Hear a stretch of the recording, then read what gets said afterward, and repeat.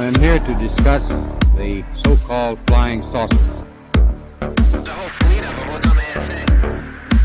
Oh my God.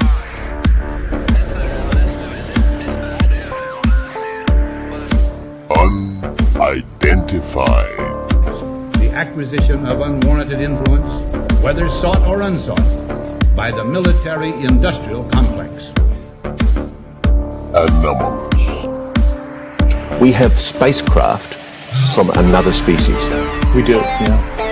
How many? Quite a number.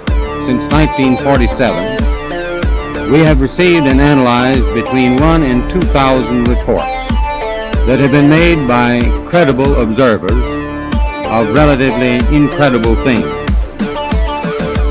Podcast.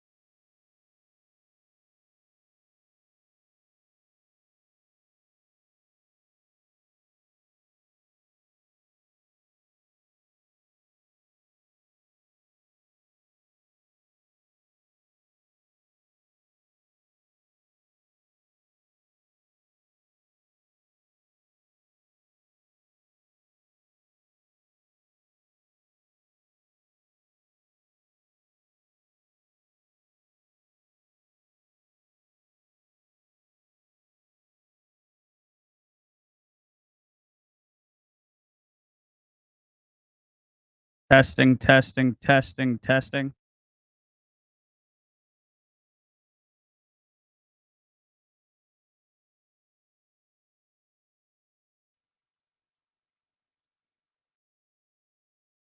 Aha. I think I figured out the problem.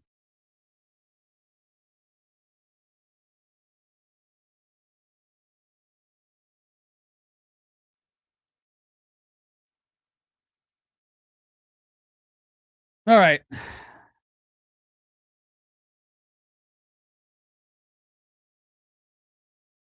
Let's do this thing. Oh, man. Wow. That was really scary, guys. I I don't even know how I did that, quite honest. It was kinda terrifying, I'm not gonna lie.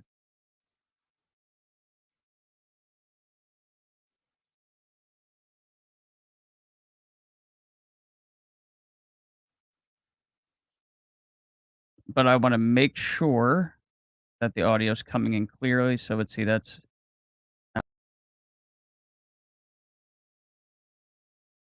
testing, testing, testing.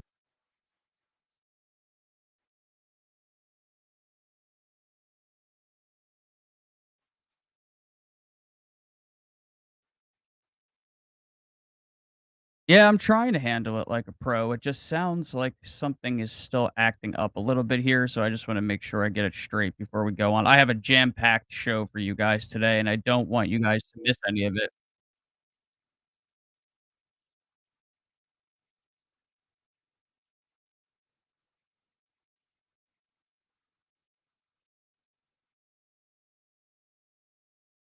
Alright, let's try this again. If anything else, pops up and you guys have any issues hearing me for any reason, uh, just please let me know in the chat. I appreciate you guys. I kinda jumped on that very quickly, so thank you so much. Obviously, the audience is a very big part of our show, but it is Sunday, June 23rd, 2024. My name is Tom Thompson, and you are here with me watching the Unidentified Anomalous Podcast. Digby has been, abducted by the Alpha Centaurians and should be returned to Earth probably sometime in the next couple of days. He's in the UK. He's with his family, and he will be back very soon. And you guys know he moves all over the planet, and he and his family are going to be moving to Thailand, so they're getting some ducks in a row. So that's why I'm here hosting the show myself. And it's funny. I kind of got lucky because I've been scouring the internet all day looking for um, just the most recent stuff to kind of go over today. And lo and behold, there has been some really interesting information that has kind of popped up over the last few hours. So let's just kind of get right into it. I will say before we go any further with the show, if you're not subscribed, please do so. And if you like what we do here on the show, if you've seen our previous episodes, make sure you leave a like. And feedback is very, very helpful. It helps us to improve the show later on, obviously, give you guys what you want as an audience. And super chats are open. Obviously, if that's one of the ways that you guys want to show your support, it is not a requirement. It is always appreciated. And yeah, now that I have absolutely botched and well, I didn't do it, but technology did it. Now that the intro has been absolutely slaughtered by audio issues, let's get into this week's news. Beyond the mundane. Oh man, where to start? Where to start? I have a lot. I have quite a bit to share with you guys. So, I can't even believe I'm going to do this, but about an hour before we went live here, Digby shot me a message and he sent me a video clip from Matt Ford, our buddy on the Good Trouble Show. Shout out to Matt. He's been here with us before. And this is in relation, I can't believe I'm saying this. This pertains to the Nazca mummies. This is a very recent update. I dug into it a little bit. Obviously, didn't have a whole lot of time to do that. But this particular video clip piqued my interest. Now, Gary Nolan is slated to be coming on the show here. And we had put together, a main list of questions that we wanted to broach with Gary, points of emphasis that we absolutely want to hit. We are now, surprisingly, going to have to go back and revise that as a result of this update. So I'm going to play this video clip. This is from the Good Trouble Show. This was sent to me by Digby. Let's take a look.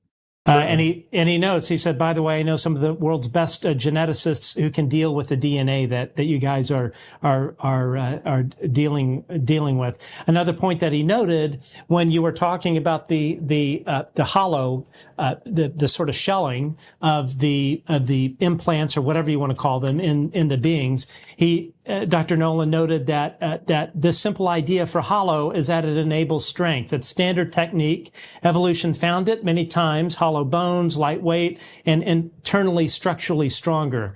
And that is certainly the case. Dr. Nolan was blown away by the video. Yeah. He just said, "Wow, the video," and he noted as well, which is alignment with what you mentioned earlier.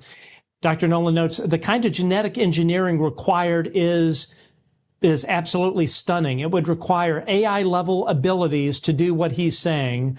I'm not disagreeing with him at all. It just implies capabilities that are well beyond ours. So this out there is, so his theory is definitely well within reason. So yeah, I mean, it's, again, you look at what you presented and all of this evidence, the fact that it is available for anybody to go and look at this raw data. These are clearly not hoaxes. It absolutely clearly is not a hoax. Okay, let's get to some of the audience questions.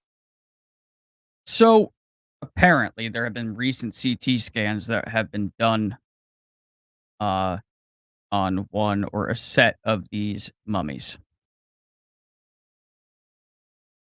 I've been saying for a long time that deep international analysis needed to be done in order to draw any conclusions. I understand that there were a lot of debunks that were put out, but that was all based only on visual cues, right? And they weren't wrong in coming to the conclusions that they did based on whatever information they had at their disposal. But when you're missing crucial data, you don't have the whole picture by default. And obviously, I'm not a geneticist, right? Like that, this is not my field of study.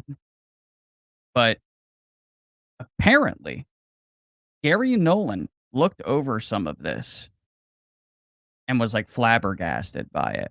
So that's why we're going to broach that with him when he comes on the show. I'd like to hear from him directly what he viewed very specifically in detail and what he feels about it. Because based on the last few months, it went from, oh, damn it, here's Jaime Maussan and a mummy. Oh, Jesus. Oh, God. He's going to stab ufology in its heart. To, wait a second. We may have something here. So I think it's important that we let these experts do their work, which they are, see what happens. And it seems like the more they go through the data and the more that they deeply examine these mummified remains, the weirder this situation becomes. Oh, what's up, Leviathan? How you doing, man? How you doing? That I need to find out. That's a great question. I'm not 100% sure which ones we're talking about here. Again, I just had the clip sent to me by Digby, and that's all I had. I haven't watched that episode of the Good Trouble Show. I'm sorry, Matt. I apologize. I promise you I will. So I need further information here. So one of the mummies apparently has surprised Dr. Nolan, which is even surprising to me. And it's a valuable lesson on not jumping the gun. We can't do that, right? Even if someone that we don't necessarily 100% trust has their name attached to something, we still have to do our due diligence because I mean, anybody could attempt to attach their name to anything, and may do so in an effort to glue themselves to a viable headline, so as to maybe wash over some of their more shady reputational facets and aspects that people are familiar with, a la, Jaime Maussan. I have not seen Leto's new video, but I'll have to definitely check it out. I'm curious to see what that's about. So again, that was a very late addition to what I was going to be talking to you guys about tonight. There's a lot more here. I'm just boy, it's like which story do I really want to hit next? What order did I put this in? All right, you know what? We'll just do it. Okay, we'll do it. So now I'm not 100% familiar with this particular individual, but apparently he works for MUFON. This is a gentleman named Ron James, and he is the director of media relations for the Mutual UFO Network, and he was interviewed on the Vetted YouTube channel, which I'm sure many of you are familiar with. Quite popular. He's got a new documentary coming out and an upcoming MUFON symposium presentation.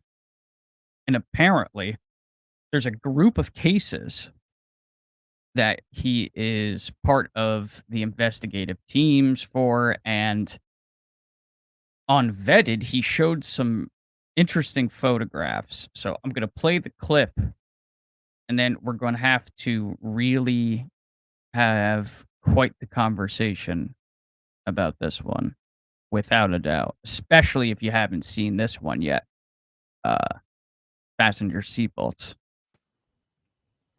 Wow. Are you going to show those pictures? Let me see. I mean, we're gonna show them in. Oh, here, shameless plug. This is Accidental Truth Next. This is my fantastic movie poster. All these cases are going to be coming out. I love it. That's awesome. This is a picture that his father supposedly shot of a mothership. He was flying over it. This is on old photo paper. This was holy cow! Wow, that is a lot of lights. Yeah, he said he was flying over on top of it. I'm only going to show these for a minute, and please don't read because these are all copyrighted. I'm just giving a little teaser for the film. This is supposed frame from a gun camera footage shot of the saucer being shot down. Oh, wow. This is supposedly the crash scene. We have more. Holy shit, Ron. That last picture is... Yeah, and there's another shot of the same vehicle in a warehouse. And I had Michael Schratt look at that shot. Michael Schratt's been helping me to investigate this. And he said that in the shot of the saucer in the warehouse, you see girders and men standing around it, and it's sitting on these things. And he says those supports that saucer is sitting on are consistent with what the military would have used to support something like that in that time frame. And so I've been trying to debunk this story, and I haven't been able to so far. And the detail, there's even more. There's materials that were sent that were stolen, but we have pictures of the materials that were sent by this guy to the family of one of the pilots. We have a picture that was supposedly smuggled out of Wright-Patterson Air Force Base there was this guy that was with the wing. Whenever they had classified footage, he would go to Wright-Patterson, escort the footage, and then he'd develop it, and then they'd strip search him on the way out. But he apparently taped a negative to a bald spot on his head and smuggled out a picture of what is being claimed as an alien that was frozen at Wright-Patterson. We have pictures of the guy. We've been able to verify his military record, and we have the picture. Oh my God! You're saying you have a picture of the negative he took out of an alien cryogenically frozen, or I don't know if I'm using the Yeah, right well, term, it appears that he was pulled out on a table and thawed. But yeah, we have the image, and I showed the image to Michael Stratt, and he's like, there are some descriptions of aliens that this is consistent with. It's not your typical gray alien. It looks kind of weird. In fact, if I was going to fake an alien picture, I wouldn't have made it look like this because it's similar to the grays, but it's got a lot of its own characteristics. I don't know if we'll be showing that at the symposium, but it'll definitely be in the movie. We're going to be talking about this case. And then there's one more. I'm working with, there's two more. I'm working with Toby from the Roswell Daily Record. Shout out to and Toby. Warren over at KRGA. The three of us are putting together a new mini-series called Roswell Breakthrough. We have new witnesses at Roswell, and we've recovered some more materials. And so we're going to be showing the test results from the materials we've got from Roswell. And that is going to be a whole new series that we're putting together right now. All right, so I actually have, because I know it blew by very quickly, the image of this apparent alleged crash retrieval scene that have a look at here. Now, attached to this whole story, from what I could gather, is that this happened in 1955. It was shot down by Red Wing pilots flying what are known as F-94 interceptor fighter jets over the Bowl of the Woods in central Oregon near Welcome Lake. Source of the smuggled photo currently is unknown. I like that theory, Leviathan. Almost sounds like you've seen my gray video. Which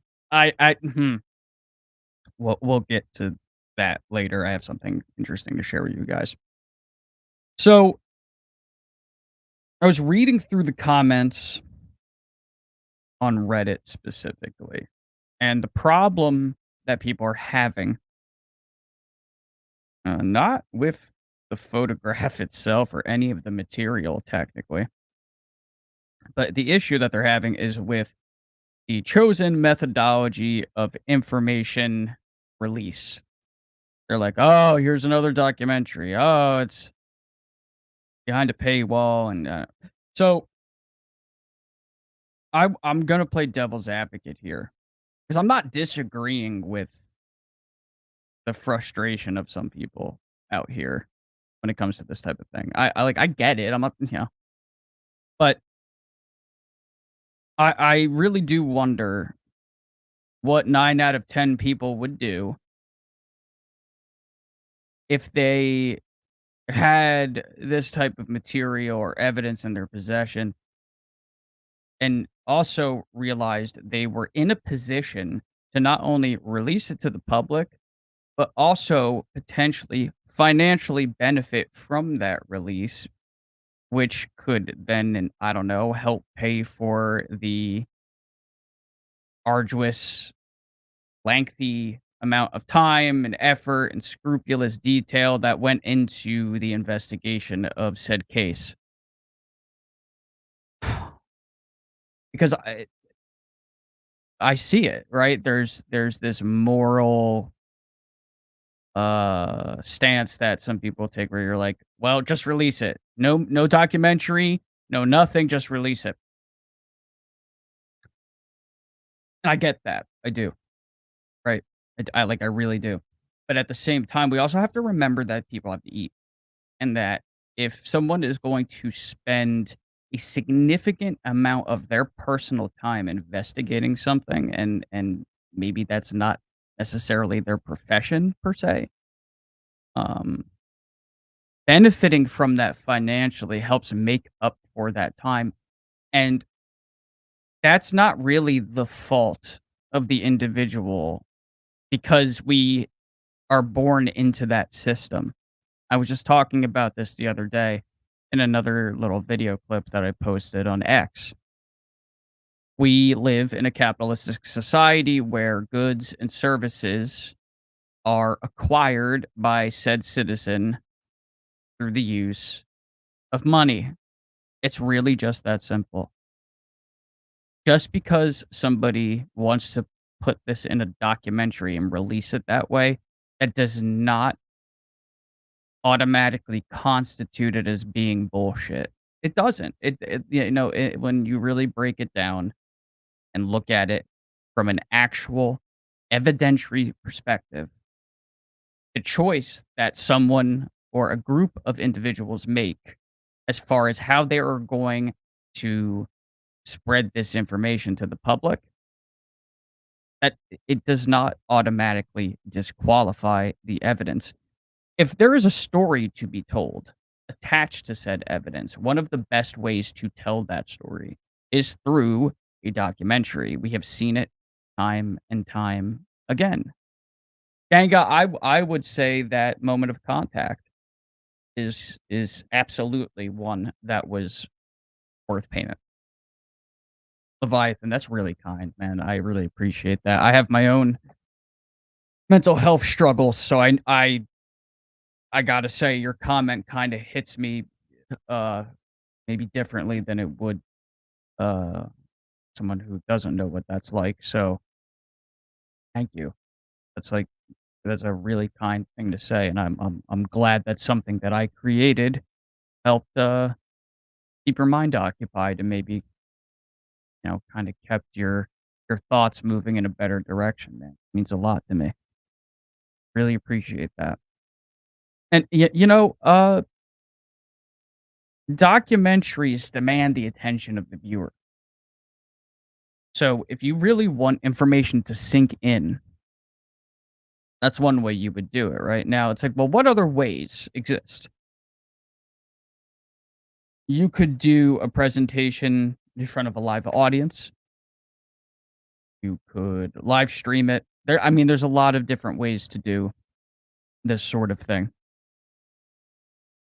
I feel that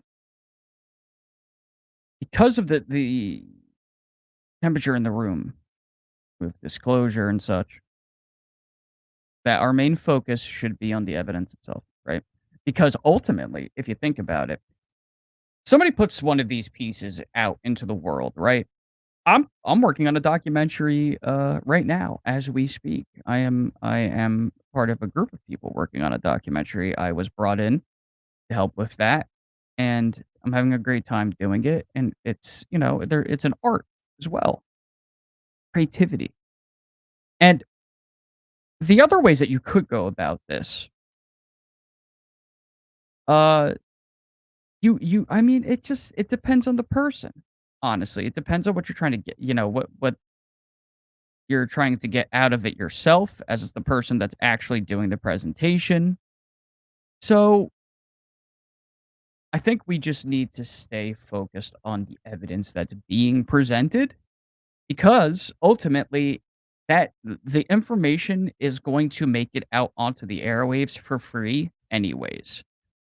One person is going to go and buy it, and then they're going to go on Reddit or they're going to go on X and they're going to make a lengthy post about every single evidentiary point that was made in the documentary and whether they agree with it or they don't agree with it.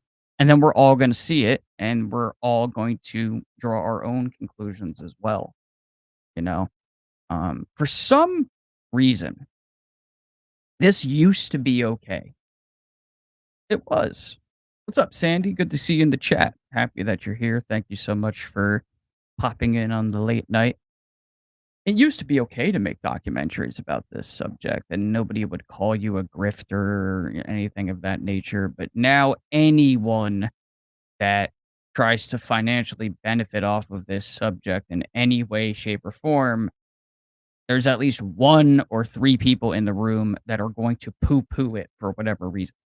And look, I don't even really feel like talking about this at length, but I'm done apologizing to anybody for what I do. I have a podcast that talks about this. Why? Because I feel like it. Because I enjoy it. Because I like sharing these ideas with other people.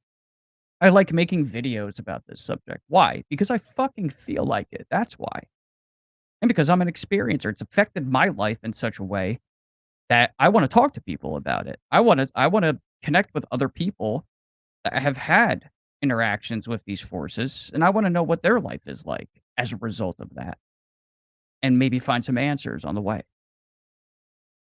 And yes, is there a financial benefit to some of what I do? Sometimes ish, right? Like we don't have 10 million subscribers here. We don't have people sending money in the chat every night, you know? It is what it is, though. Honestly, if I'm gonna spend 6 months working on a documentary and then release it to the public for them to be entertained and educated on a particular subject from the perspective of myself and the other individuals involved in that process, the exchange of funds in the midst of that is a thank you. That's what it is. I donate to there's YouTubers that I donate to here and there when I can afford it. But I drop super chats myself to people that I love their content. I love the information that they put out. I like the way that they treat their audience. I like the way that they treat other content creators. And that's just a way of me showing my appreciation. I feel like I really wish people would look at it more like that. It's not some get rich scheme, right? It's appreciation. And if it is so wrong for me to want to do this as opposed to waking up tomorrow at 7 in the morning and going and moving furniture in 100-degree heat, sweating my balls off. I mean, come on, man. Who wouldn't rather do this? Honestly, I don't wanna go my day job drains me of my life force. It really does. It's not fun. It's not fun at all. It is awful. And I feel that I am better suited to be making videos and music and writing and doing things that have to do with creativity and art and expression and ideas. And that's better.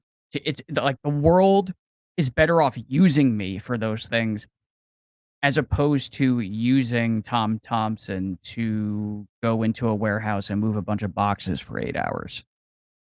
And the same can be said for many, many other people that are so much bigger and better and just more tremendous than their occupation. Well, let them be. I said this in that little video that I posted, a little 10-minute video the other day on X. That's what we do. But I'm not gonna waste my time debating people about that on the internet. I typically don't even get into arguments with people on the internet, really. It's just not my thing. I don't like getting into drama. There's too much of it on X and in other places, UFO community at large.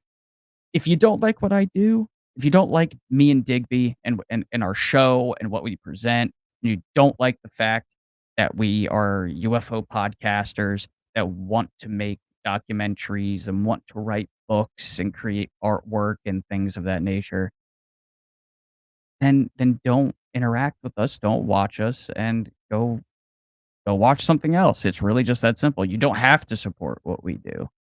You don't. It's really just that simple, honestly. And I'm not gonna be mad. I'm not, because we have a great audience here that's growing every week. I don't feel guilty at all for what I do. I don't come on here and tell bullshit stories. There's a lot of speculation that happens here, right? Because that's the nature of this particular subject matter. It's beginning to thunderstorm, by the way, guys. So if I suddenly disappear, I apologize. But it's really starting to rumble out there. Um, I don't come on this show or like on my channel and give you guys stories that I like pull it out of my rear end. That's not what I do. I have enough interesting material out in the world that people give me or I experience. I don't need to do that. So, end rant. And not for anything, because I saw this earlier too. You guys will notice in the title that the word remote and viewing are right next to each other. Some profile on X that literally was retweeting nothing but Mick West and Stephen Greenstreet tweets said that the minute you bring remote viewers into the equation, you immediately disqualify yourself. And I was just like, block. I was just like, dude, fuck you. Like, there are statisticians, I mean, individuals that are that their profession is to analyze patterns and data that have come to the conclusion that remote viewing is a real thing. It is. It's undeniable. I have been a part of way too many of the remote viewing spaces with Astral on X on Thursdays to think otherwise. I've seen the results myself. It's a muscle that we all have, for lack of a better term, that is in the very early stages of its evolution that we're just beginning to exercise. It's not something that anybody is truly proficient at, right? Like you have your McGonagalls and your Pat Prices and such, but they're few and far between. This is a part of us that is in its infancy, so to speak. Wow, that was a really bright flash of lightning. That might have even showed up on camera, to be honest. Yeah, exactly. Block early, block often. I don't usually block. I usually mute because then I don't want to even give somebody the ability to make a post where they're like, "Oh, look, so and so blocked me." But I saw that. I saw how many followers they had. I was just like, "Oh God, I don't even have time." I just don't care.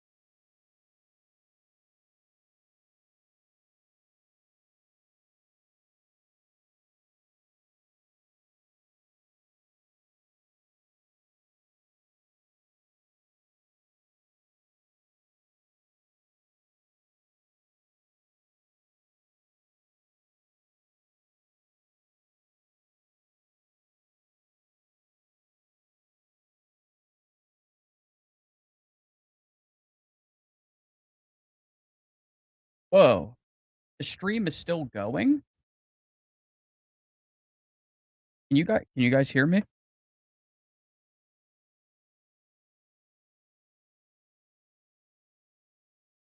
No ways. It really works like that? I didn't even know StreamYard could do that, actually. Can you guys hear me? Is my audio actually coming through this time? I'm just curious.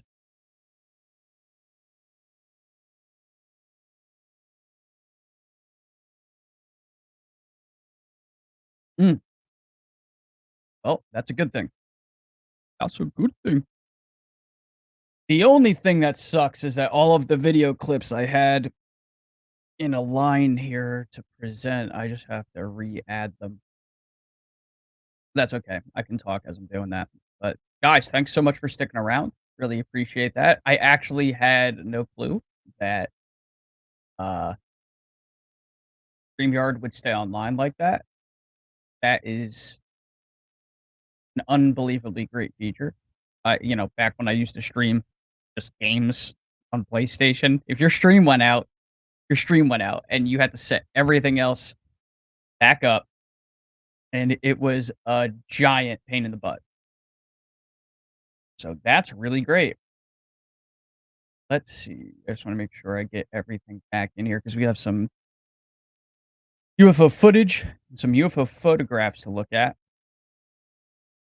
Some of them are very recent. Really, really cool. I just want to get everything. Ah, yeah. I was talking, and there was a giant flash.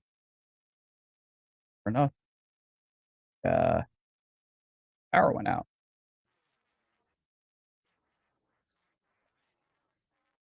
Really, really great that. It's our video clips. Be adding them in order that I had them in. We can jump right into that. Mother Nature said, "Gotta stop ranting." Hello. Do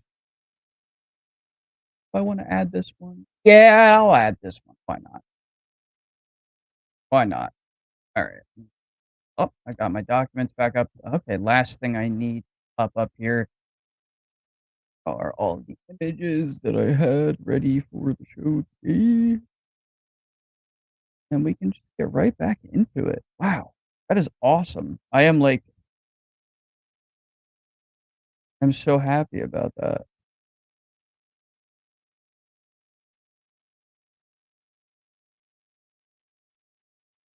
So we were talking about earlier that crash retrieval image. Now, again, we were talking about the presentation. It's gonna be shown in a documentary, et cetera, et cetera. Um, I'm gonna withhold, any real judgment until said documentary is actually released, and we can all look at it together and kind of draw our own conclusions about that. I will show you guys just because it was kind of cool, and some of you may recognize it. I'm no aviation expert, but I actually recognize it. Uh, the aircraft that apparently shot this flying saucer out of the sky was the F-94C, Lockheed F-94C. Show you guys what that looks like. So apparently this was one of the bad boys that took down this flying saucer out of the sky. Now, one may ask, how the hell is that possible? If they're so advanced, if they're so technologically superior to human beings, how could they possibly succumb to such a thing? Well, every day there are airplanes that fly through the air over every continent, basically, on this planet. A flock of geese can take out an airplane. A rock could take out a helicopter. That's the truth. That's actually true. Now, in certain instances, the parameters that need to be present for that to work might require a lot of things to go right in order for that to happen. But again, don't be so surprised by that. They may be extraordinarily far ahead in terms of technological prowess, but kind of like boxing, it's a tale of the tape where styles make fights. And it depends on your matchup, right? Like you could have an object that has impenetrability, you know what I mean? But it can still have one slight weakness. Nature, as far as I can tell, is fairly undefeated. So, one of the major theories that's been floated throughout time about the Roswell incident was that that craft was taken out by lightning, by a thunderstorm, which makes sense because, I mean, lightning is tremendously powerful. There's a lot of energy involved. It's hotter than the surface of the sun, et cetera, et cetera. Right. An Achilles heel. That's it. You nailed it. Need I say more? That's what we're potentially dealing with here. So that's why I'm not so surprised.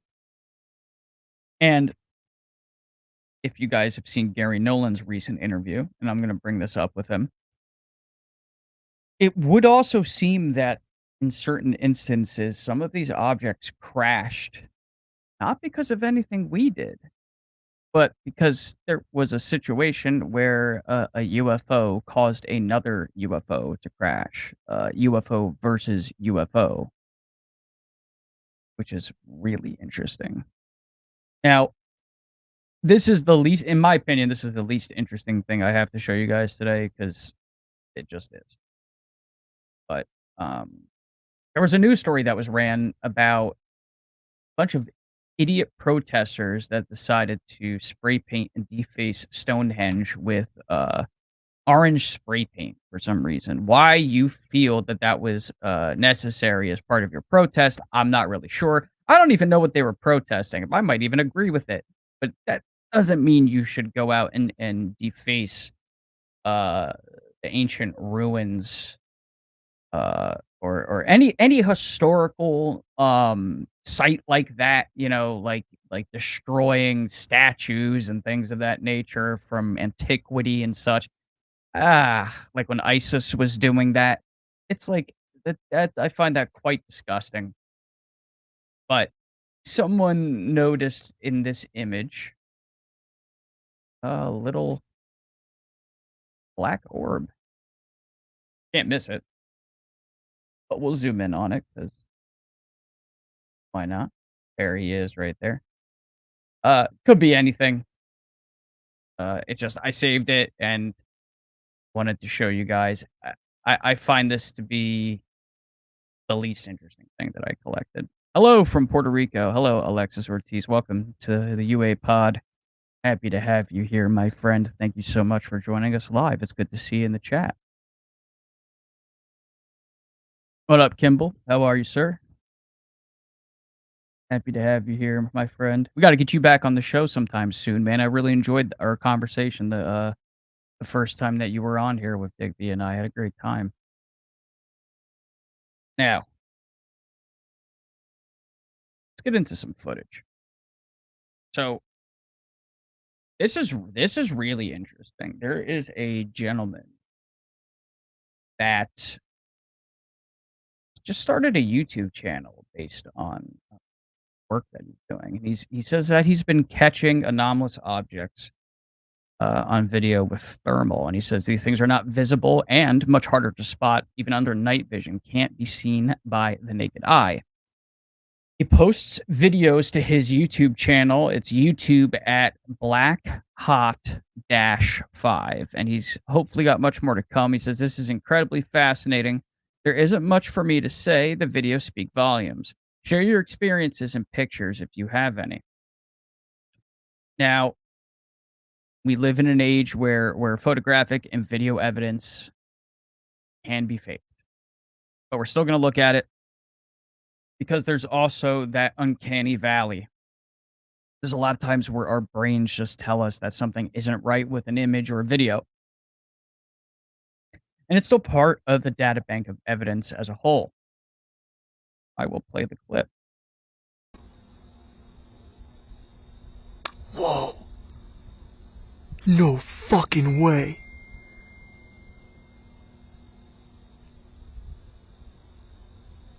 Hey, Susan. Holy shit. Holy fuck.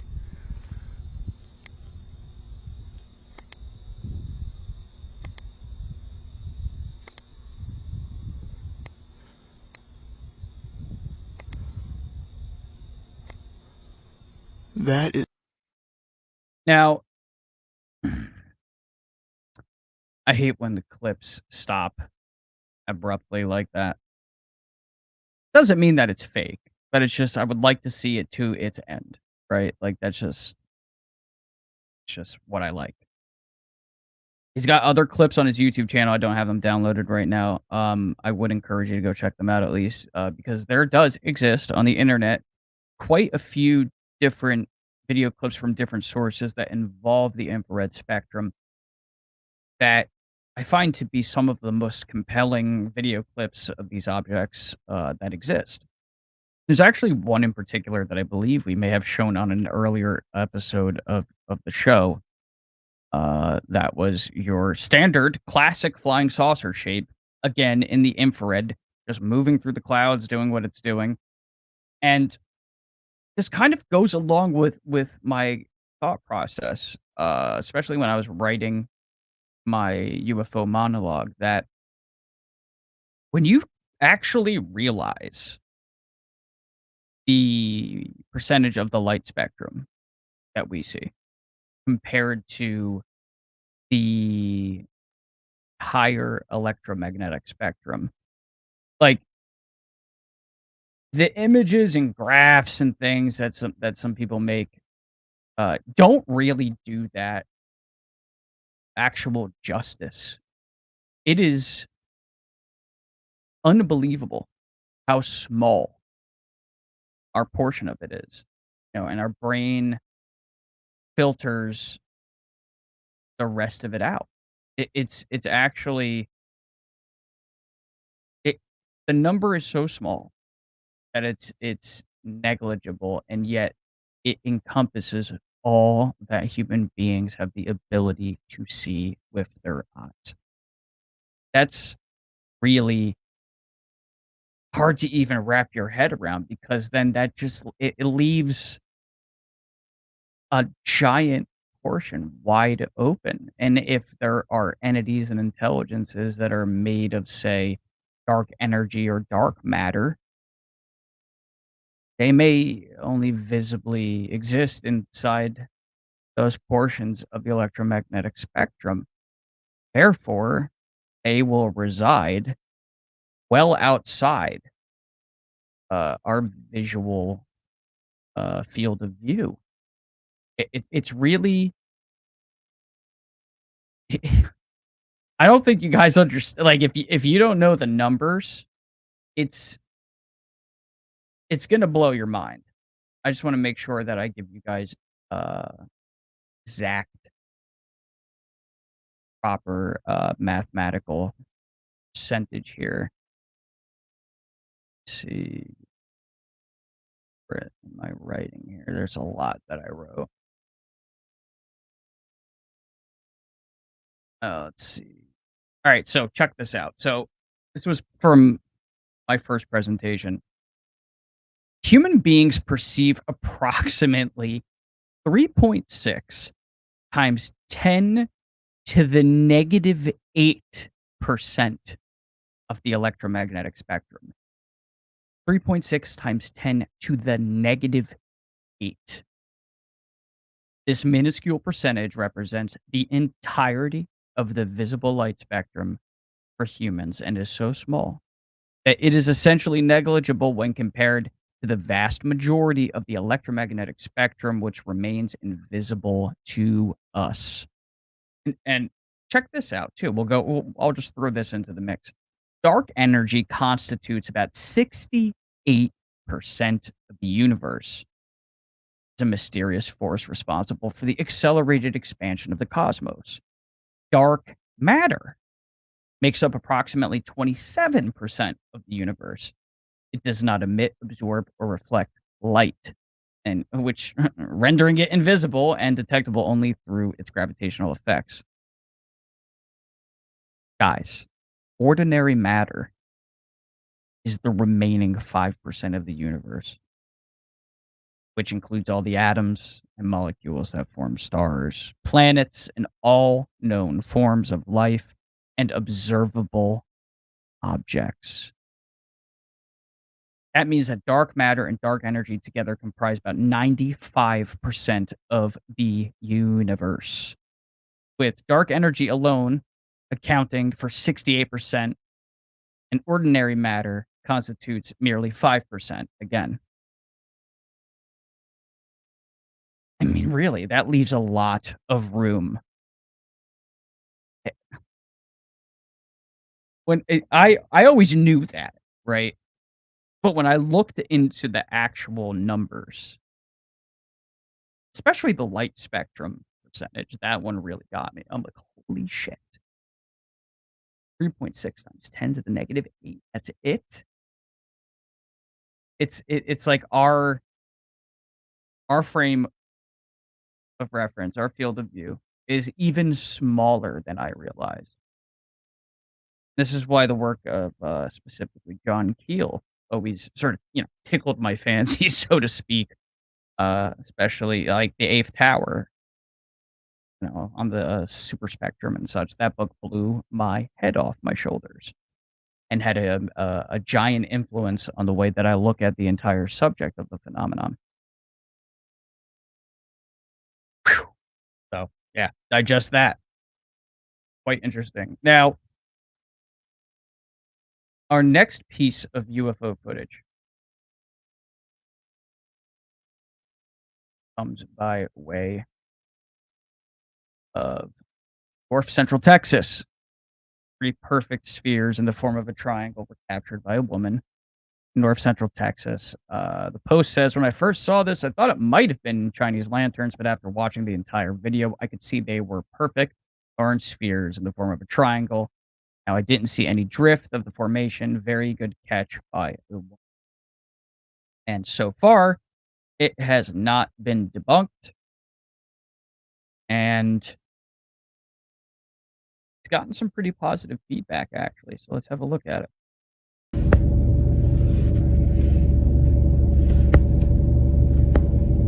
What is that?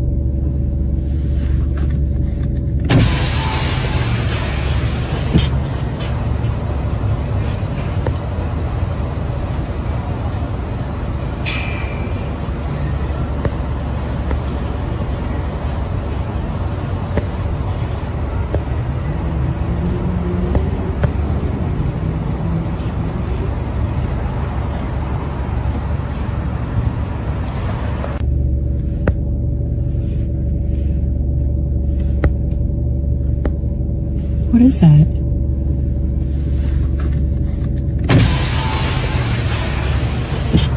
They're definitely an information.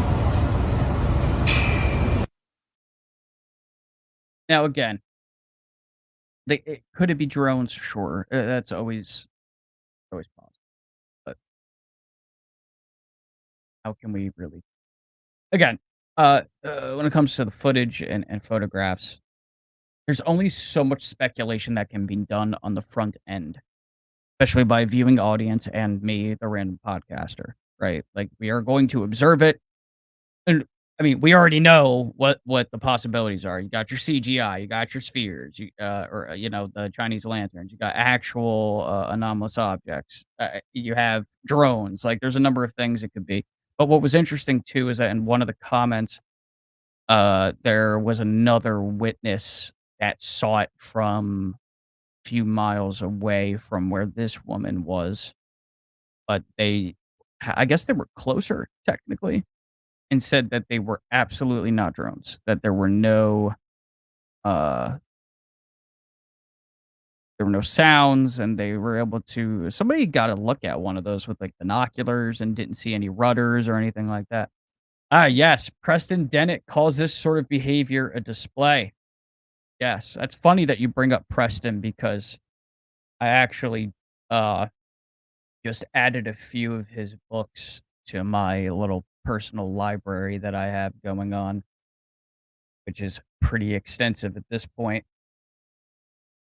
Alright, so now we're gonna shift back to photographs. And I just wanna make sure there were yeah, there's a few. There's actually a set of 3 photographs from this particular post. It's kinda interesting, and it reminds me of some of the stuff that I would see in UFO books as a kid, which is this is actually specifically why I wanted to show it to you guys. Um, and I always find it interesting when someone finds UFO photos, like, buried in somebody's belongings. Maybe it's somebody that's passed away, that type of thing, and they're just there, and no one knows where they came from. Ugh, Susan, that's a major part of my life at this point. That is honestly the truth. So let's see. Alright, I got moving them over from my downloads here. See, this is what happens when Digby's not here. Like, I can't hide some of the things that I'm doing because all of the attention is on me. Like, sometimes I'm able to just do stuff in the background as he's talking, and it just looks like I'm just sorta looking around. Alright, so, okay, cool. And again, these are very, like, retro. That's why they're kinda cool. Um the particular post about this says, "These pictures and film were found in the personal belongings of the recently deceased brother of a friend of mine. I know for sure these are physical pictures and film, but cannot rule out the possibility of a hoax." Always fair. "I just thought they were very interesting, and we'll share more details when I get them." This is from, user Phoenix847 on Reddit. Shout out to Phoenix. Load this up and show you guys what I got. It's pretty interesting. Again, it's got that almost like UFO nostalgia feel. Like, imagine if you were digging through someone's possessions after they had passed on and you just found Polaroids with objects like this. Like, that's you know what I mean? Like, that's weird. That's really weird stuff, man. Like, what the hell is that about? Now, there's 2 more. I actually really like the 3rd one in particular. As why. Now, this is the 2nd angle craft, whatever it is. Of course, it could be fake.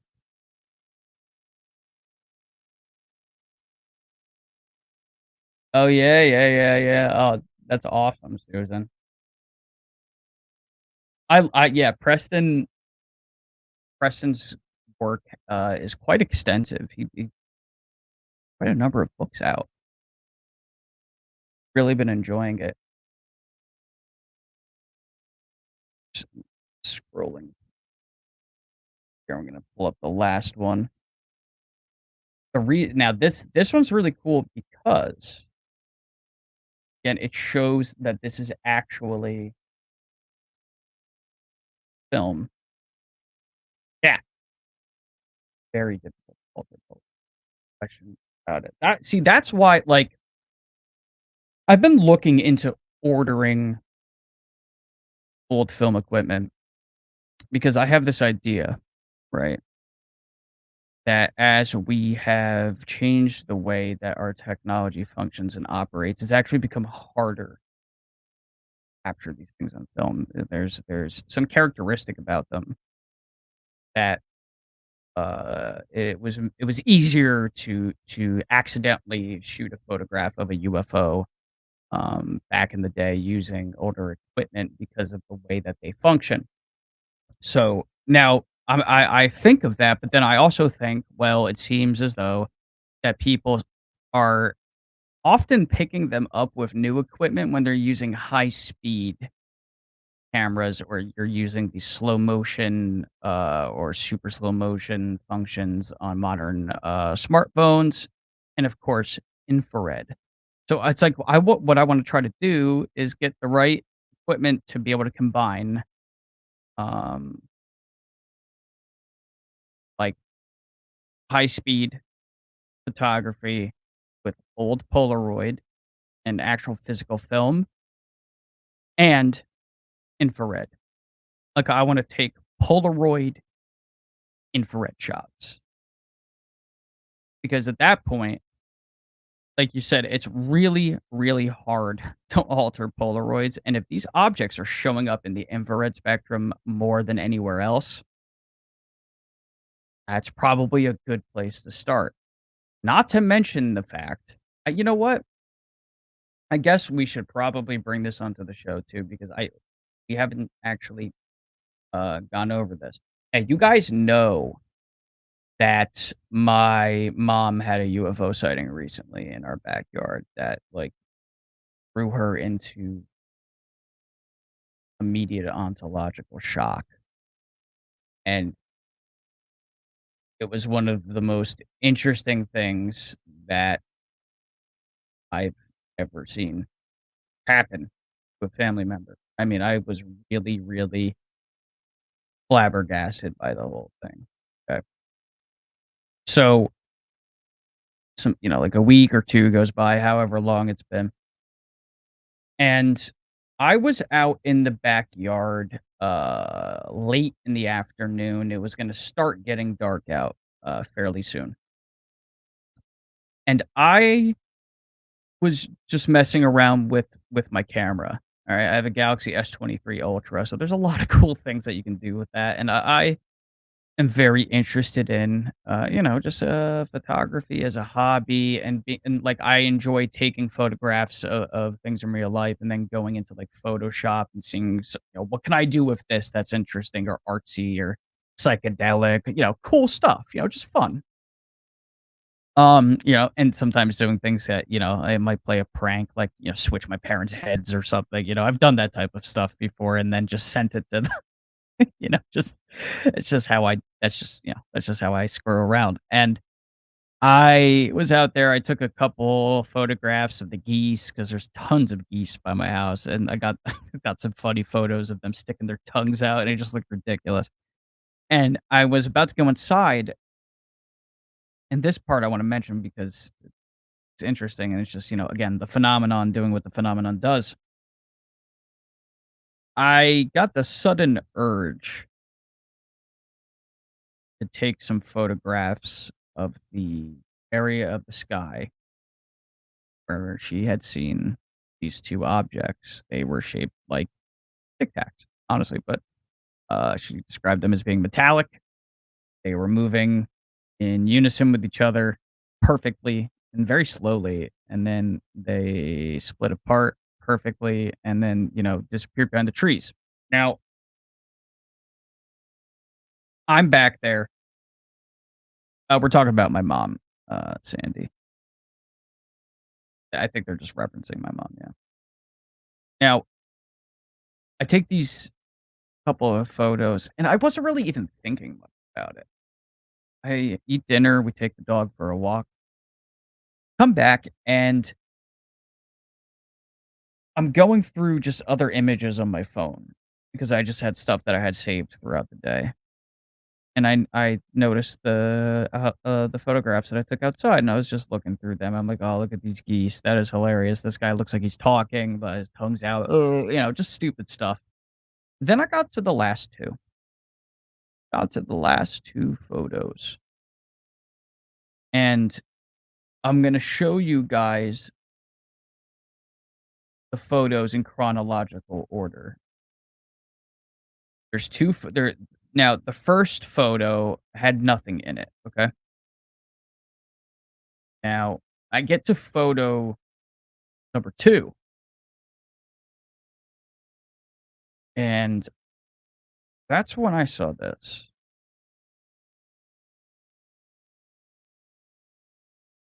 This is in my backyard here.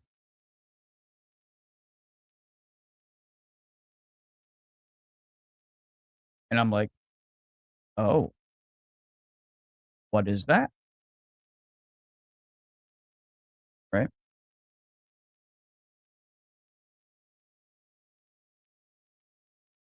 Uh-huh. And here is the other frame.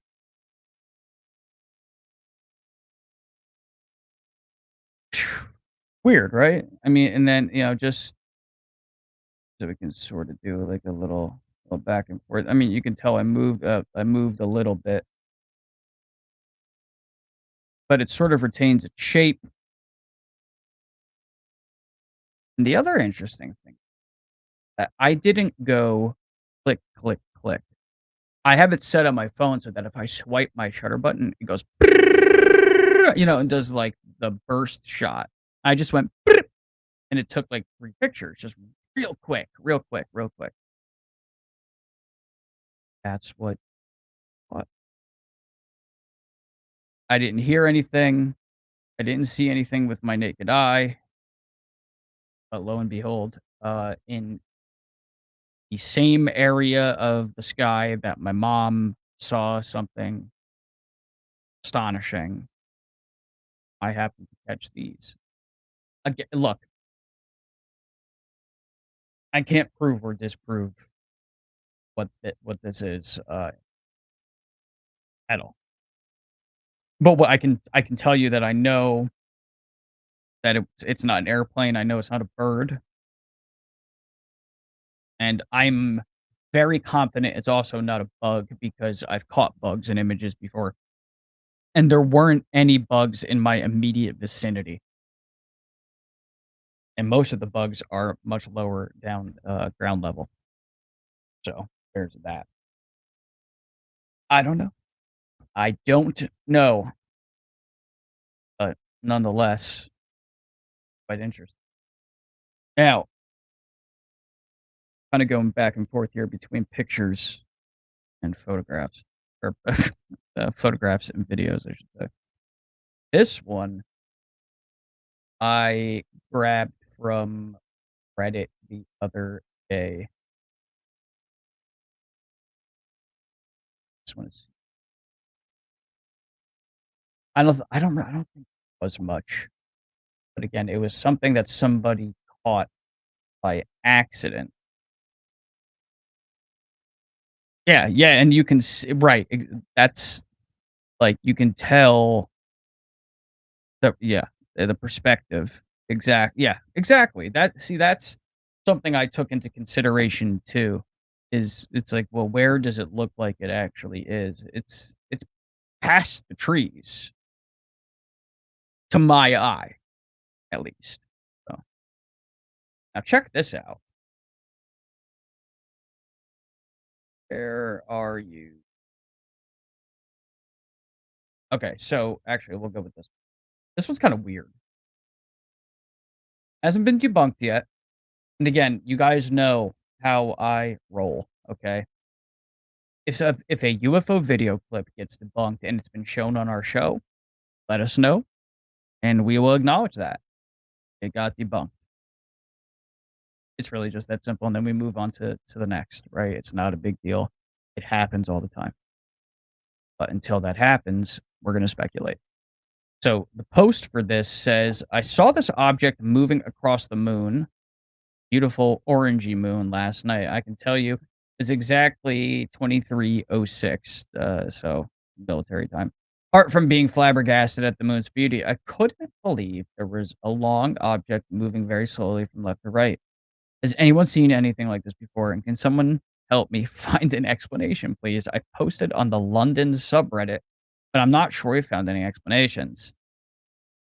They also added an edit. I don't think it's a stationary object. The moon is moving from left to right in this video. Therefore, if the object is stationary, then it would go from left to right in this video, which it doesn't. It's a good idea, but I think it's definitely a very slowly moving object. I also thought an arch of balloons that may have escaped a wedding, but this object doesn't move that much in terms of bending, which I'd expect a group of balloons to do. So yeah, let's take a look at this unique, odd video clip. What is that? Okay, that's weird. Can you film it too? I can't, it doesn't get any detail. That's weird. It's moving though. It is, it's going from left to right. Satellite. Yeah, but to be that long, that's not... That's exceptionally weird. Someone must... It's got to be some balloons. Yeah, but it's like so specifically wrong. I'm going to record. It could be balloons. Could be. I don't know. Weird. You know, and the morphology here is highly unusual. I just felt that it was worth showing you guys just because it was so different. You know, it's not your standard typical orb or saucer, you know, things of that nature that we're used to seeing. It was definitely something a lot different than that. Now, hopping back to photos, this one's kind of fun, but it's actually, in my opinion, pretty damn good evidence, honestly. So, the photographs you guys are about to see, it was taken at Dunwich Beach in Suffolk yesterday evening. Didn't see anything at the time, and this is the photo it appears on. Maybe a bug, maybe a UFO zipping by, question mark. Dunwich is only 13 miles from the location of the famous Rendlesham Forest incident, so who knows? You know, I'll be honest, and I'm gonna show you guys here. I don't think this looks like a bug. That's just, you know, my personal take here, but all right. Now, little puppy. Obviously, you guys know, big fan of dogs. Man's best friend. But as you can see, something interesting has made an appearance in the image. It's this same consistent morphology again. And you can see that light is reflecting off of the object. Sun appears to be positioned to the right. This photograph, see the direction that the shadow is being pushed out into, going to the left. So it also follows another trend that I see in modern UFO photographs. There's a lot of things that get caught by accident.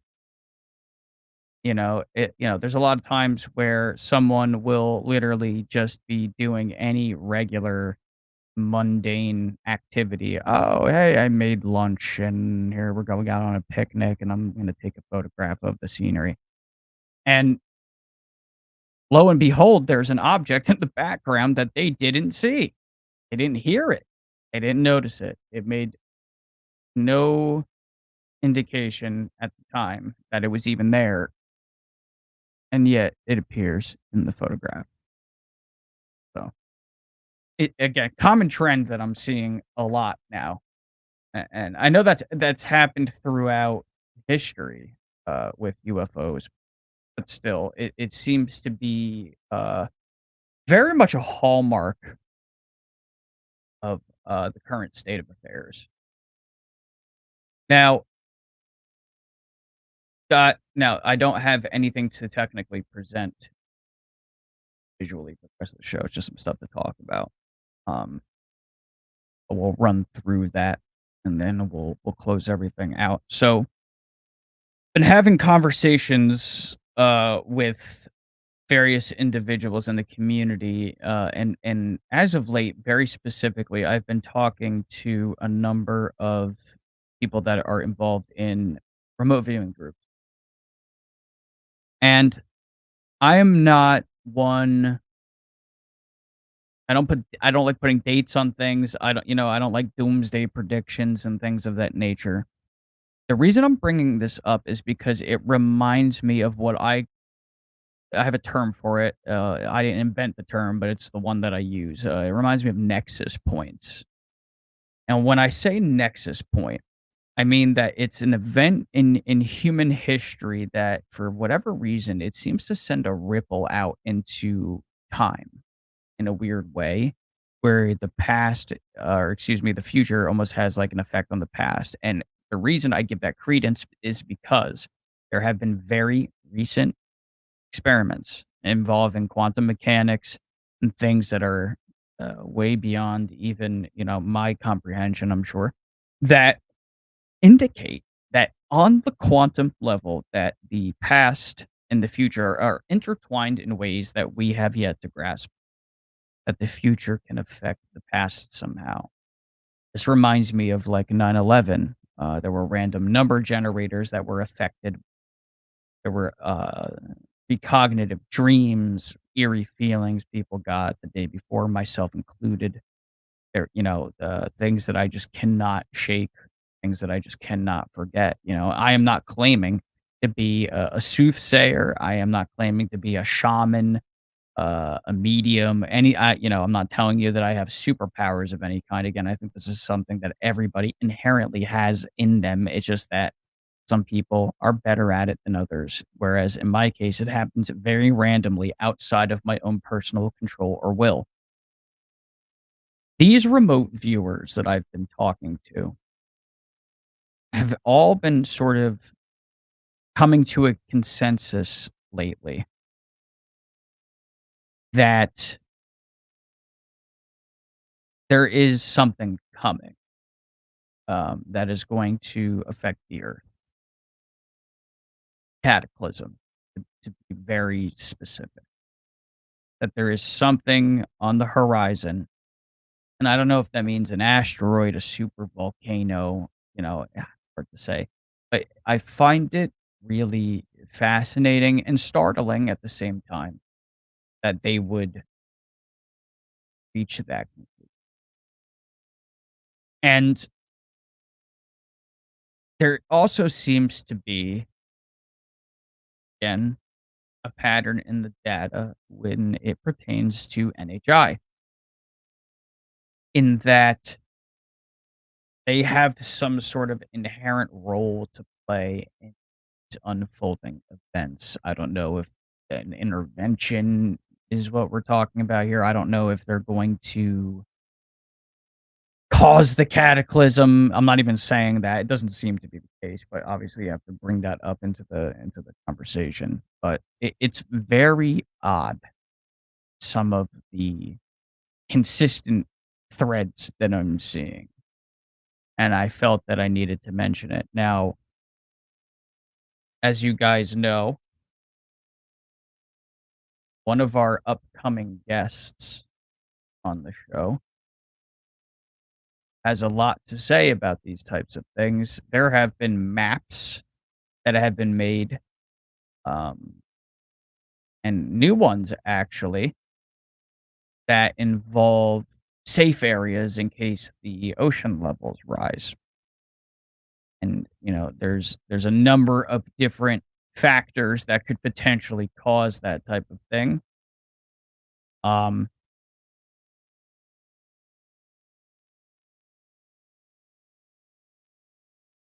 Hop into my. Mm. So the difficult part about this is that it involves future events. So that's an immediate, whoa, slow down, hold your horses, talking about predicting the future and et cetera, et cetera. But there have been so many different instances in history where there have been future events that were predicted, whether it was intentional, unintentional. There was a gentleman who wrote a book about a ship hitting an iceberg and sinking, and it very, very deeply and intricately correlates with the events that would later unfold with RMS Titanic. How do you explain that? Non-local consciousness. You guys know that I'm gonna use that as my answer. So, uh, next Sunday on the 30th, a week from today, Jordan Crowder is gonna be joining us. For those of you who don't know who Mr. Crowder is, he is author of Entrepreneurial Spirits, creator of Soul Sync, got a manifestation manual, got a website, digijordan.com. He's very popular on TikTok. He goes on walks in the woods and has a lot of really interesting things to say. And he's been to the Monroe Institute.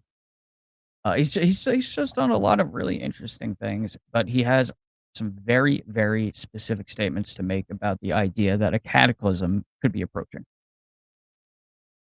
Digby has pointed out to me that there's a lot of content creators that watch things like space weather and the sun, earthquakes, people like Suspicious Observers, Dutch Sins. These are all channels that I have been aware of for many, many years. Really interesting content. Really smart people, too.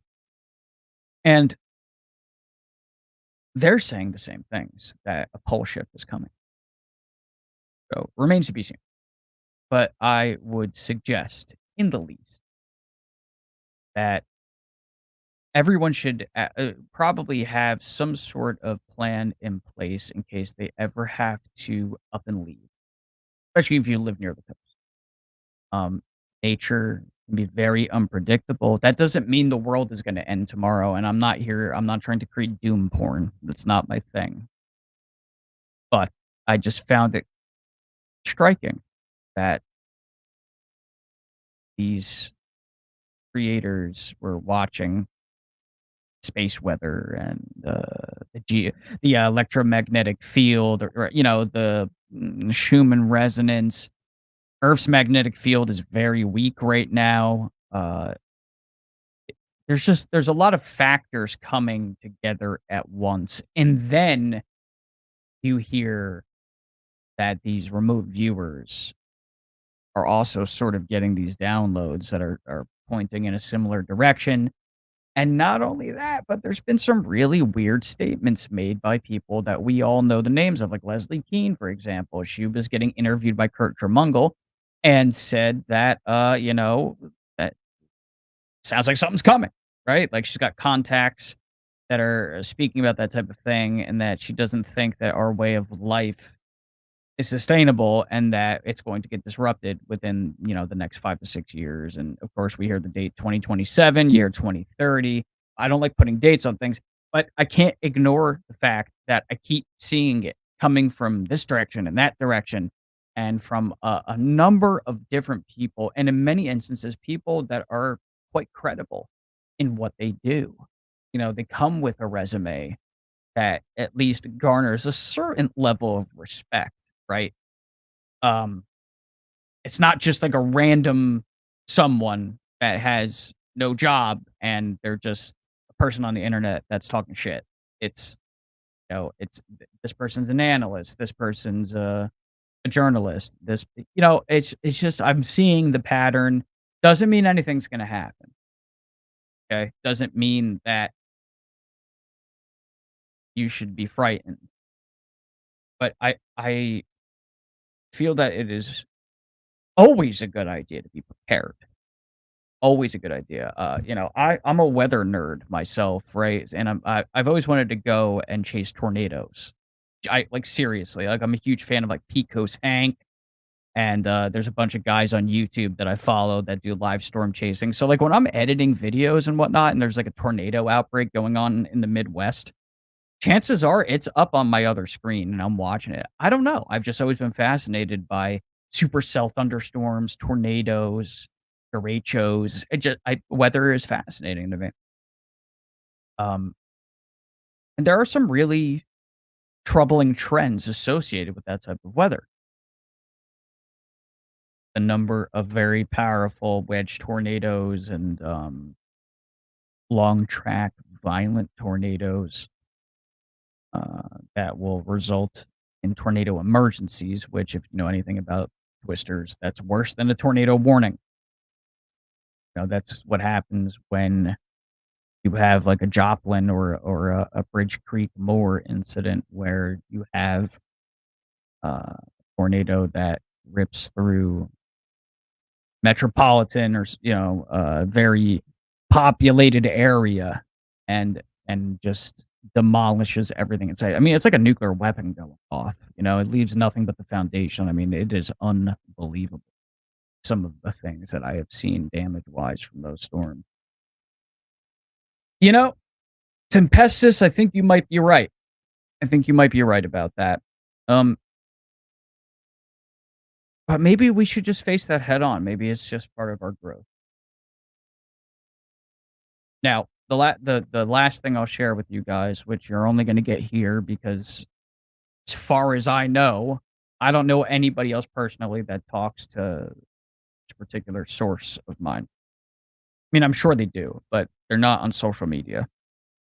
I had a phone call 2 days ago with one of the individuals that I speak to that is my private source. It stays that way. I'm not allowed to say their name, nothing of that nature. Um, Otherwise I get cut off, right? I'm just trying to build trust. And this is someone I've been talking to for a decent little bit of time now. And it was really interesting that they kept drilling into my head this idea of a hierarchy of beings. And I'm like, I know I've heard that before because I heard Diana Pasulka talking about that when she talks about Tyler, that gentleman that she was working with.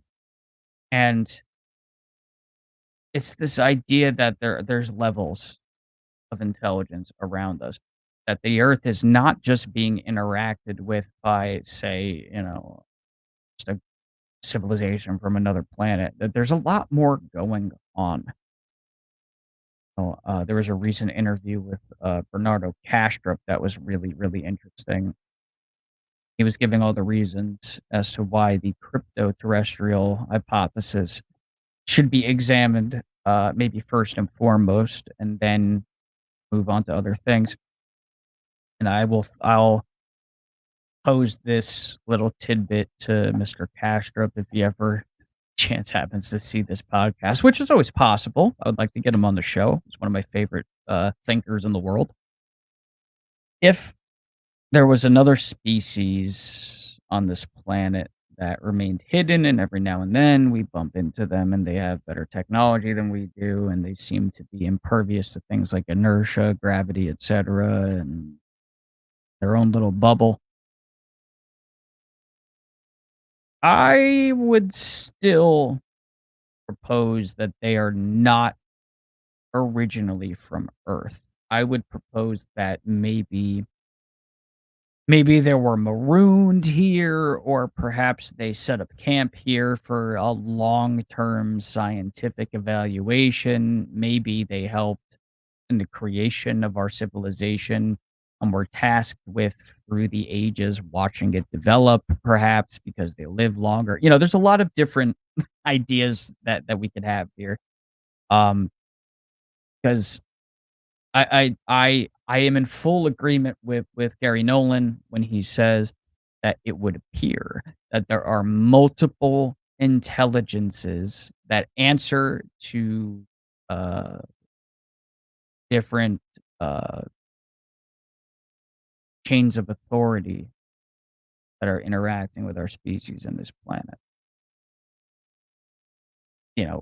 Lou Elizondo had said that we might have to really change the way we think about uh, being human, what it means to be human. And I thought about that when in relation to what Castrop was saying. It's like, sure, it's very possible. It's very, very possible that there is another species on this planet that was actually native to Earth, potentially, that is still here, that maybe they have found a way to live in the depths of the oceans or they're underground. And every now and then they got to come out and go shopping for raw materials. And that's some of the weird shit that we see in the sky. But Castrop also very, very specifically stated that even if that's going on, that there's way more going on than just that. It's way more complicated than that. He was very, very specific in saying that. And thank you, Tempestus. I appreciate that. Yeah, listen, again, because I never want to sound like a gatekeeper or anything of that nature. But like there are some people that I talk to and it's private and they want it to stay that way. And, again, I'm just respecting their wishes, and they give me things that I can talk about. Um, that's it. It's really just that simple. They're not paying me. It's nothing of that nature. And I felt that it was a morally sound decision to go ahead and do that because it's like I get these little tidbits that they can share with me, share it with you guys. That's that. I want to hear about it. I don't want to screw that up because I want to know. Of course, I do. I want to hear all about that.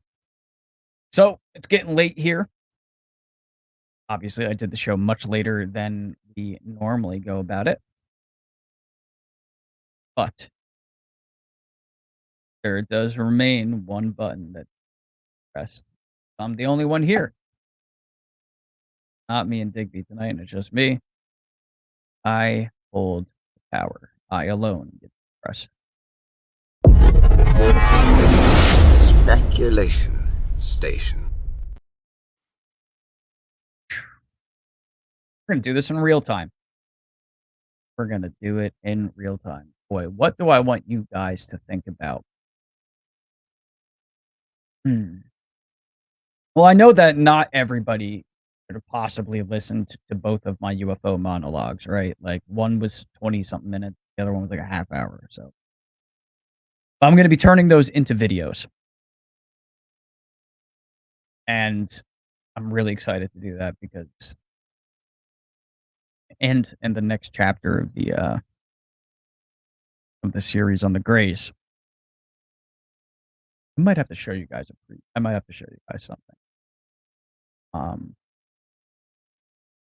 I'll give you guys something interesting that I think about a lot.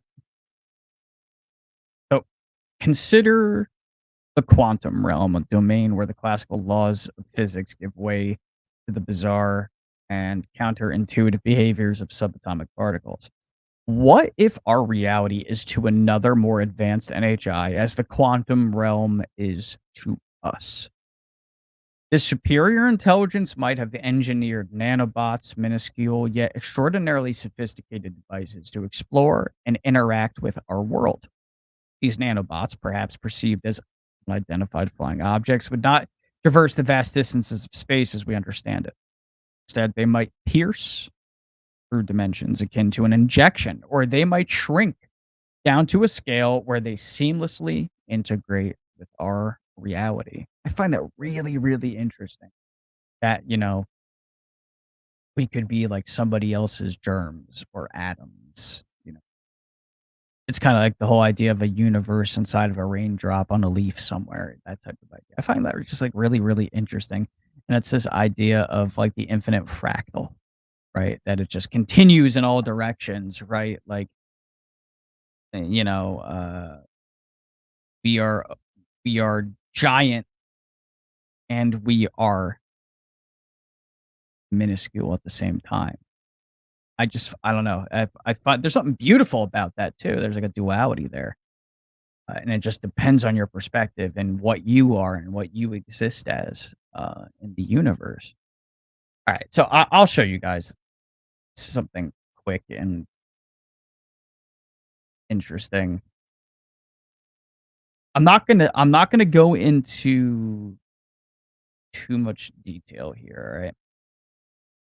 But to close out the show with the speculation station and this little video clip I have here. The next YouTube video that I'm gonna put out is gonna have some material, we'll say that, and some tricks that I've never used before as far as video editing is concerned to really try to bring to life what I'm talking about, right? You guys know I like to use Midjourney to create images that really, uh, help to contextualize the information. That's why I think my Gray's video did so well. But of course, it's like whenever there's an opportunity to go further down the road, as long as I can figure it out, learn how to do it, I'm gonna do it. And one of those things very, very recently happened. I have made tons of images of alien beings on Midjourney. Okay, I want to show you guys something. This is a Midjourney image. But watch. Ah, it is brought to life. Not perfect. But moving forward with videos that I'm going to be doing, you're going to see more stuff like that, where I'm able to take those images that I was using on Midjourney that I'm creating and get some motion going in it. They'll add a new layer to my content, complexity of it, and I think it's going to look really, really cool, and it's going to bring to life even more so the information that I'm sharing with everybody. So we've reached the conclusion of today's show. We had some hiccups. The audio decided to just go nuts at the beginning. And that chipmunk thing, it's not the first time I've heard that. I don't really know what the name of that particular glitch is, but I've heard other people have it. I've had it before. It's really, really ridiculous when you hear it, but it's kind of funny. Shameless plugs, obviously. We got Gary Nolan coming up on the show. We have Mr. Jordan Crowder. He's going to be coming on the 30th. There's a lot of really cool stuff coming down the pipeline. Working on a documentary right now that involves the topic of remote viewing as it connects to non-human intelligence very specifically. Working on that with someone that many of you probably know very well, is a filmmaker out here in the community. I'm sure you guys can definitely guess who that is. He is totally from Canada. And one of my dearest friends out here. If you are not subscribed to the Unidentified Anomalous podcast, I really hope you do so. If you really like the show, it does help. Share the show with your friends, your family, your internet compadres. Leave us some feedback. Leave a like, hit the bell, do the things. It really helps. And it's really like the best thing is when we get comments from people that really paid deep attention to the show and have a question about some of the material that we shared, right? Oh, Tom or Digby, you mentioned that, etc. I had this idea that whatever. That type of feedback is great. That's exactly what I want to do. I want to open people's minds to get them to think outside the box, think critically, and to look at things maybe in a light that they hadn't before. There is something miraculous, astonishing, tremendous, paradigm shifting happening on this planet right now. And people are beginning to realize just how complex and rich the universe and reality actually is. It goes far outside of the scientific method. It goes far outside of what's written in the books. The scientific method is not currently a 100% viable framework to account for all of the conscious experiences that human beings have. There's some amendments that need to be made. There's some asterisks. There's new ways of thinking that need to be put forward. And I think we're moving in the right direction. It's taking time. It requires some patience.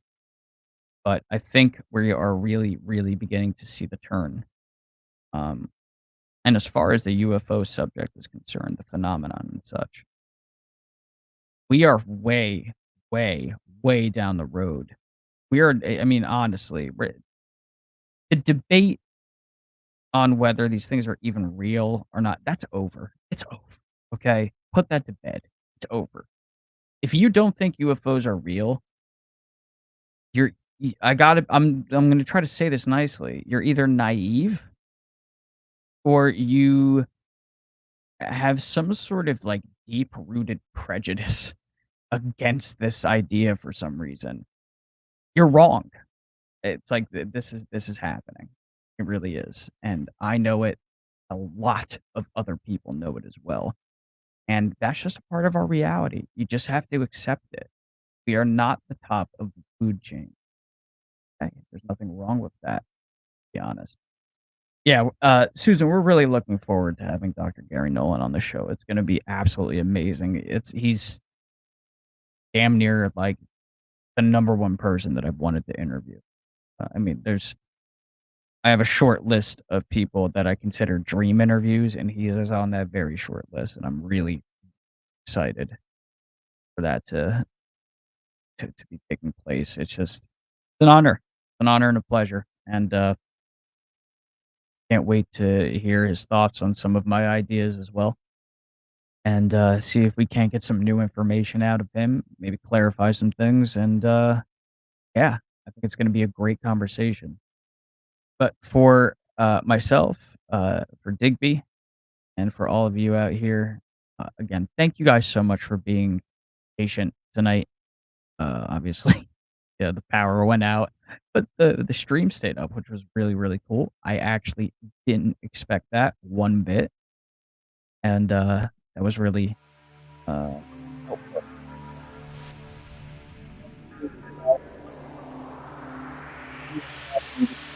The Nambas podcast. Take care, and we'll see you guys next time. Much love.